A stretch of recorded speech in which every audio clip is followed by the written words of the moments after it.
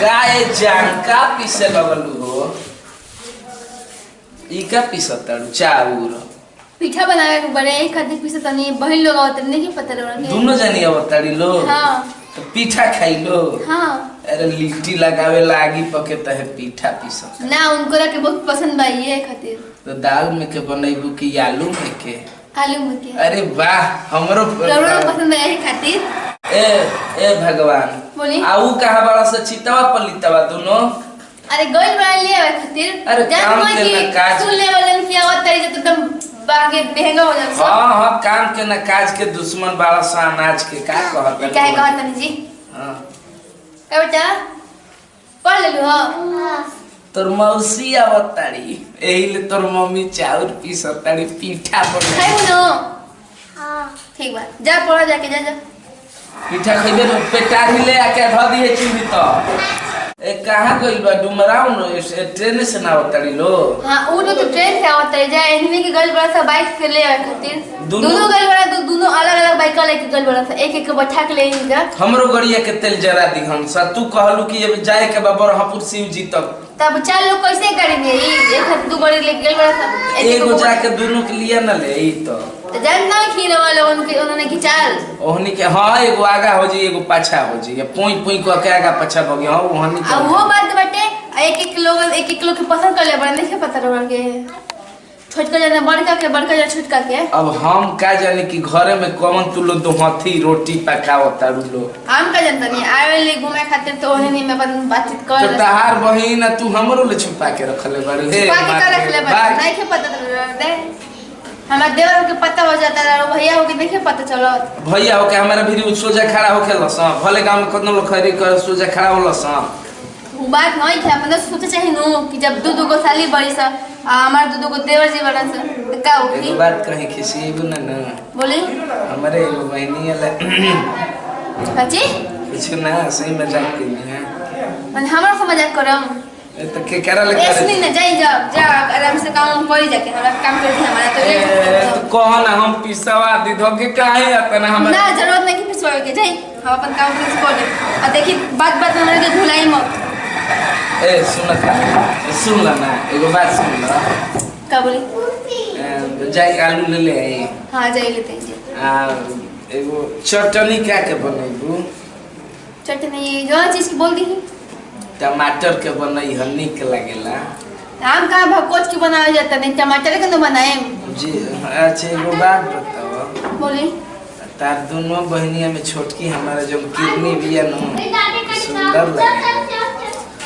हमारे सुंदर लगे तो लौरा काहे न तारीफ करता नहीं तो हमर साली हली तो करो ना तारीफ तो जा अहन तो जाके उनके बुरी तारीफ कर दी हमरा भी मत कर देगा हम फालतू में माथा मत खराब करिए। बाकी वो बात कहीं तू ऐश्वर्य और ऐसे सुंदर लगे सही से बात हमारे के साथ कैसा ना गिल जबाना कि इनके बड़ाई हम करत तनी ऐसा हमर मेहरारू मिल गइलू कि हम एकर बड़ाई करत तनी रूस के चलती कोई बोली ना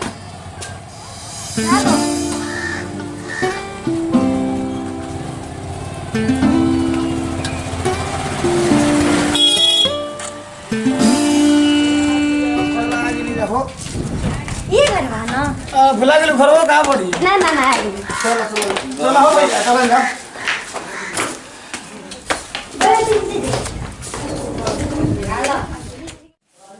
अच्छा तार हम तनी मनी कुछ बोल देनी है खाली तो खिसिया के हट ना पति देव से खिसिया ही जाला अपन बोला जीजा देखिए नमस्ते ला आई जन्म तार जन्म कुंडली में राहु के संग केतु के प्रवेश हो गई। देखिए क्या बोलते नहीं सोच के दोस्त बोली बोली ये क्या बोलते नहीं का है हमारे पालना बढ़िया हो गई 3 जनी हो गई नीचे क्या समझ ले पढ़ाई कैसे चलता हो? बढ़िया चलता दीदी। पक्का मन लगा कि ना? मन लगा कि दीदी? इन्हें मिल से बंदा तो भागो ना दीदी हम अच्छा लेके नहीं ना का हो तो खाना में खा लो कि ना खइले टमाटर छोड़ के ना हो का पेट खाली बा स्प्राइट पीने नहीं करेंगे वहां का हो स्प्राइट पी ले हो तो का हो मैंने हम स्प्राइट पीना मजा पीना खाली का हो रस पी लो ना लस्सी ना पीएंगे रबड़ी खानी है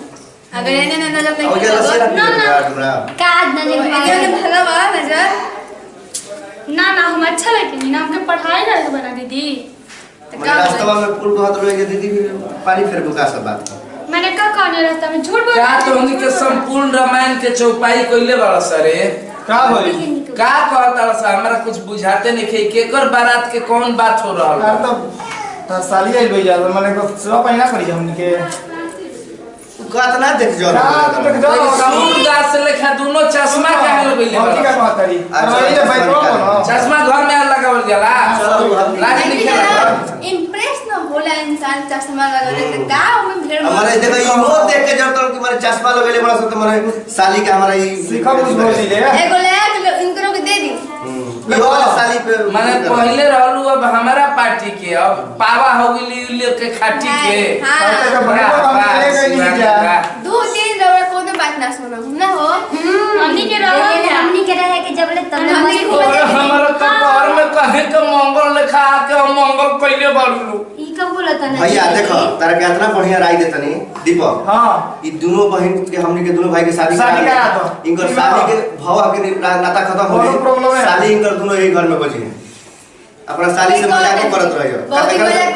कर भौजी तो राजी है भाई भौजी कुछ नहीं है ठीक ना तू खाली राजी हो जा तू माने हमर मेहरारू और की जान में पड़ल बाड़ू हम बढ़िया भैया आइडिया बढ़िया बतनी है ना तू अपन आईडिया के ऊपर वाला बगली में धर नंबर पे अरे तर साली तर आंखी के सोजा रहे 24 घंटा तो हम तो भव ही में बन जी हैं ना दोस्त का साली रहे का किरण तू बदल गइलू तो जौन हमर बहिन कही तौने कर कैसे घंटी काहे बहिन कहि तो जीजा जी के कॉल ओ गरी जीजा जीजा जी के चिन्ह था पहले बहिन एकरा ए बाद सुनत हो क्या बोली हमर मलिकाइन हल न तक छटकी बहनिया से कहा क्या कहो मन हमनी को सिर्फ 12 बजे तारा का कहो मैंने आप देखी और हाथ ना सुंदर भौजी मिलल बाड़ी भौजी ओई हाथ ना सुंदर है तारा कोमल तारा मर्दे अंदर बाइक घुसल बटे इनका हमर पीछे पड़ रहे ना पर हमनी के कहां बनी जा मैंने कहां हमनी के नाम बोल के जिया जी जा इनका पीछे पड़ल बा वो करे ओ जा यार बड़े अरे इनका चक्कर मत हो ठीक ना उनका चक्कर मत हो हमरा तो पता है बाकी वो ना परफॉर्म कर रहा काहे हो हमारा किरण बहुत अच्छा लगे जानते मानी हो और अच्छा लगेली क्या खिसियत खाली बात पूछे ना मर्द कर भैया हम का जाके करे? चुंगाई बाजारे ठीक बा का करे? लेके आवत मुर्गा उर्गा बनी ना दर्जी मुर्गा ना ले पीठा बना के कुल तैयारी कर ले बनी ठीक है अब बेटा के अभी इज्जत ले का हमनी के हो नानी के पीठा अरे दूधू को है इंच बने हमरा क्या पता बा रोड़ा का के रहो तू आवे जा का करे से हमनी के दीदिया के रोज पीछे खाए जो गावे के का शिकायत करियो सो शांत रही ई दोनों जवान कौन कटा हमने तो लोग का पीछा वासल बोल चुप रही जी झगड़ा नहीं करे के मतलब ना जानता अच्छा बोला जा ए किरण ई दोनों जवान कोहन तो ने बनी पीछा पीठा जा रे दीपक पीछा ना बोल। अरे दीपक सुन अरे लोग के मर्जी बा जब बहिने आई लोग जा मैं मर्द आज पीछा ना बने बोली। पीठा शाम के मतलब दे ले मुर्गा हो पीछा हो जा हां पीछा बस कोने से सुनत हम तो शाकाहारी हम ई मुर्गा भर ढेर हुरी लोनु तो तुम मत खाइयो देखियो बैठ के पीठा बनाओ तनी रोड़ा नहीं समझावत हां समझ गई अरे हमार जान दीपक जा दो बे लोग हाथ में ना मान बात हमनी के काज है ये लोग के मन बा छोड़ दो ना हाँ, जा दो। ठीक है जा बनाओ दे पीछे ये चलो यार हम तो बना ले लो चल तरह के दिन ऐसी चल चल देली लो पीठा खाए हमारा के पानी हो ना देलू है पानी चाहिए थोड़ा के हम बेटियों से बिना ठीक पानी छोटे बैठे नहीं आई मत नहीं ठीक जल्दी नहीं बनावे अरे जो हम पानी को पीके जाई बड़ा ठीक होइसन काहे करत तारू हमारा संगे हम मर जी वैसे करबू तो तो घर पे करता है ए होते और जी लोग हाँ। तने लोग काम कर दी बोलो ना भौजी करा ना तो यही असरा में तो बहुत दिन से लागल बा तनी सुनो ना छत पे तनी कपड़ा डालला बजाए दोनों लोग उतर के ले चलो हमारा नहीं पर मैंने क्या कहा तो किरण कहा ना कोई खाली मम्मी कहीं हमें दीदी कही तौने कर भौजी पर लगा दो जाके देख के ना ऊपर और रमदुलरा बैठे कि ना बैठे जा देखे हो तो ठीक है यूं के लिए जे ना हां जा दिख पता नहीं कौन बड़ा चलो भौजी दे दे ऑर्डर एक करे जा क्या जीजा जी तारा के लियावे जाए के बहुत रास्ता खुशी में छटपटात जात रही ओहो कितना दिन के बाद धन से भेंट हो अरे बाप रे अब भाभी एकदम आधा काम कर देले भाई हाँ हाँ दीदी हमनी के नु जा हमनी के खुश रहनी जा तहाँ दीदी खुश रहे जाओ त ना एगो तरह से उतनी बात बताए तेनू कि ई लगन बाव ना जाए के चाहिए। ई लगन ना अब चले और परीक्षा बा पर लगन में बियाह करे के। अब ऐसे मत कर, परीक्षा शादी हो जी तब दिया। ना ना ना हम जानते शादी होती तो हम पढ़म ना, हमारे पढ़ने में मन ना लगी छिको। इसमें मैं अभी साल भर बर्दाश्त करी, साल भर के बाद शादी करी। साल भर कहता ग्रेजुएशन फाइनल को ये ले लू, अब एमए करबू का? अरे तो दीदी और तो सब कोई राजी होइए गेल बनी सुन, त हमारे के का दीदी राजी रही तब न भेजली हमके किनारा। तो का कहता हम तो जोनी दीदी हम सबसे छोट बनी त हमारे के खिसियाई हमरा पे आ कोई की ई ना ऐसा नहीं के भौजी, लेकिन देखो नहीं फुल सपोर्ट करती है ऊ है। तब भौजी जानते हैं दोनों बहन साथे रहब, तीनों आदमी तो अच्छा रही। मस्ती करे के भैये दोन बावन दोन एगो भैये बावन खाली दिमाग खराब कर रहे। टेंशन ले जीजा अन दीदी कसो मना ली। जीजा अन तब लिख रहा था कि साली से मजाक हम उनका के करते। तो कहबे कहनी है कि अरे मर्द तहार भव के कहानी खत्म हो जाई, माने साली के साली हो कामो हो जाए, आँखी के सोझा तहार जिंदगी भर साली रही सब। हाँ वो तो दीदी फुसलाई लिए अब तनी खिंचाई बानू, अब सोचा तन कि अब शादी हो जाए तब उतना ना बोले कि आ वही खाली सोचता नु कि बियाह मत हो के खाली हम साली के मजा लेते रहे, खाली वो अपना यही फेरा में पड़े। ना ना जीजा जी अच्छा होने से मत कहीं। खूब अच्छा होवन जानते रहलू मरे दिन भर काम दासन होई करसन हौ करसन कइले रहलू। बड़ भाई हम त को ते करे में कौन बेकार बात हो। कतना किसी आदलन तारा के लिया के रहनी है तो जानते पड़ू। तू सोचो तरह ना पता बा कि हम जैती लियावे। हां ले के मजा मारे फेरा में उम्र नहीं खन देखत। कतना सुंदर भौजी ऐसा बाड़ी करो बात नहीं के कतना जीजा सुंदर जी बड़ी मानी ना हमारे से बहुत प्यार करे ना। हां तू हमरा से ना करलू। हम त ऐसे करबे करे ना, लेकिन काहे जीजा जी कतना बड़ाई हमके करत मानी। हमारे को बड़ाई सुनबे ना करी, खाली जॉब से तो जीजा जी कइले बोल काहे। अरे जीजा जी मानी ना तो जे मानी ओकरे के कहो। हम तो मानी ना तारे तो तो का करम मानी नहीं ना कजा पर चक्कर में पड़ रही ना। बे ऐसा बात थोड़े बटे मानी ना तारे के काम माने नहीं देले। काटे हम कोइले रहनी जरा लोग त यही बाय थी रोरा ओइसन हमनी के जीजा बन की कंजूस बानी जा समझे नी। जीजा के जूता चुरानी जा तर औरे लोग संगहती चुरा लेनी जा, हमनी के मिलबो ना कइल। तारा के जींस टी शर्ट ना किले रहे दुर्गा पूजा में भेंट भई रहा था। चुप रही झूठ मत बोली, हमरा जो कोई और के किने ले हो हम हमरा के काहे के किने ले जाए। हमरा तो दीदी भी कि सब किने ले। अरे तो हम ही किले रही दीदिया कइले बड़ू। त आखिर दीदी तो लगे तो दीदी के नु कहा हमरा का कहा। हां दीदी आड़ी हमनी के तो भौजी न हड़ी सब बात मानेली हमनी के। तो पहले तो हमनी के बहिनिए नहीं है का, हमनी के ना माने के तो अरे वो से का जहिया रहे बात रहे, लेकिन आज हमनी के भौजी बाड़ी। वो तो हमरो के जान पता बा, लेकिन हमनियो हमारे के तो सबसे ज्यादा सब कोई मानेला। हां तो भौजी हमनियो के मान ली, देखल बात मान के लिए अपन बहन के छोड़ देली हमरा खातिर। हो लेकिन सोचो त दीदी इतना सपोर्ट काहे करती है हमरा के। वो जब बड़ी वो जब बहुत डांटत रहे तो लेकिन सुन के बतियावे की। अरे जाना तो नो कि लई देवरा हमर बढ़िया होस लेके चलते यही हम उजीगा न खाली तोनी में लइका कोनो ताकियो देत रहस न तो कहे न चल घर में तो कोनो लइकन से बात नहीं करे के, आराम से दिन भर पढ़ाई पे एकदम पढ़ाई पे ध्यान लगा। अच्छा लेकिन तू ना ध्यान देत रहो कुल बात पर, तू ध्यान देत रहो ना हम पढ़त नहीं दीदी से डरात रही न। यही सम तरह से प्यार करना ठीक ना, यही पतिया समझाई ना तू अच्छा जान तरू तारा खोजे के परिहेने होने आ तार दीदिया घरे में देख लेले कि ऐसन दिया बार के लइका खोजला बना दिया बार के का ऐसे प्रकाश में उधियाई चलता है, लेकिन हम सोचे तनी ना कि रे जीजा जी हनी बहुत हमरा से प्यार करे ना से तार तो दीदिया ऐसे ही नहीं समर्थन कर ठीक नो। तू जान तरी कि दिया बार के खोजला पैसा लइका ना मिलिया सा, एगो ना नशा खाए वाला आ एगो ना कोनो कुछ ऐसे करे ना असो ना अगला सब हम बियाह कर ना। हां तैयार बानी हम ऐसा खुश रहो। अरे का करत सा तू मर्दे का करत लई गया का करत नहीं यही पे बैठ के गाना गावत ते का करत हेने आ हेने प्यार वासल बड़ा सा तुम्हारे बियाह ना करे आई। मार रही जा प्यार वासल बड़ा सा तो तेरा सुंदर मेहरा ले लो मर्द हमने के कम से कम जिए लइका बनी जाओ मारत रही आऊ कहां भी है तोर भौजैया भौजी बाड़ी भैया माने हमनी के बियाह करे के उम्र नहीं के भइल अब। हां बोलैली है सनी लियोन के सनी लियोन नाम के हमनी के बड़ हो गए जाओ, हमनी के बियाह कर दो का कहता भैया बर मेहरबानी खा हमनी के उम्र दे खाली तू ही मजा मरबो मजा तू मरबस। अरे बोका तो मारो तो मजा और मजा मरबस हइले मार मजा ले मार मजा ले मार मजा मार मजा और मरबे मजा तेरे